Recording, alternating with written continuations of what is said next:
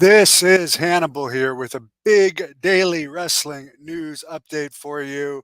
TKO Chief Operating Officer, the head of the company now owned that controls UFC and WWE, Mark Shapiro, is apparently going to cut back on WWE house shows. There's already a lot less house shows than there used to be. A lot of the times there's only one or two a week. But apparently they're going to be looking at getting rid of the house shows in the smaller markets. So they've already done that to a good extent here in Canada. For instance, in Alberta, they used to go to Medicine Hat, Red Deer, Lethbridge, uh, and Calgary and Edmonton. Now they only go to Calgary and Edmonton. And in Ontario, they used to do so many towns in Ontario, Markham, Kitchener, Kingston, Belleville, Guelph, Thunder Bay. They've been to Owen Sound, Ontario. Now they pretty much do Ottawa and Toronto. So yeah, I guess it's just they're not making enough money in the smaller towns to make it worthwhile, and sometimes they're losing money. He also went on to say that they're going to be cutting a little bit more as far as production crews, and I would guess that would mean consolidating some of the UFC and WWE production crews rather than having two. I mean, they both could do the same job. They're probably not going to be running events on a lot of the same nights, especially if WWE is going to cut down on house shows. They're also looking at getting more sponsorships, particularly for WWE. Vince McMahon never wanted sponsorships on the ring. He wanted it clear.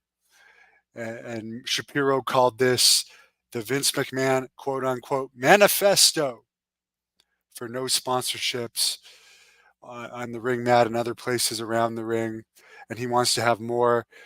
He mentioned that the UFC or the WWE audience is more diverse than the UFC, more females and more family. And I can understand that. A lot of females don't like violence. And I mean, taking your kids to UFC. I mean, I do like MMA, the highlights, anyways.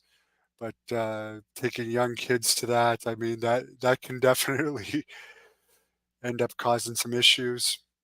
So they're basically saying they feel there's more room for sponsors in WWE. Apparently, there's still talk of trying to get this CM Punk versus Steve Austin match to happen behind the scenes with the writing crew for WrestleMania. Still in the early stages, and the Triple H has been busy trying to get a Raw television network deal, so nothing is even close to final, but it's not off the table. Apparently, also in Raw news, Jey Uso's quote-unquote yeet shirt, I guess this is a saying that he was doing. Apparently, it was trademarked by independent wrestler Casey Hoffman. So they are now having to they had to blur out the shirt on Monday, and he's going to discontinue using that. I don't know why they wouldn't just pay off the independent wrestler for use of that. Who knows? Apparently, WWE has put out new Ken Shamrock shirts. Maybe that's a sign he might finally get in the Hall of Fame. I know he really wanted it. By the way, I did an interview with Ken Shamrock on this channel. Very detailed one. There's another one from John Paz on this channel. Jack Perry has filed a trademark on Jungle Boy. Apparently, according to Dave Meltzer, his suspension is over from that altercation with CM Punk. They just haven't brought him back to TV yet, so he is being paid. He's just not being used. DJ Monstrosity, I'm doing great. Hope you're doing well as well. Have a wonderful day, everybody. Thank you for watching the Hannibal TV. Please like this video if you enjoyed it and click the subscribe button to not miss any of our latest shoot interviews, match videos, or news updates.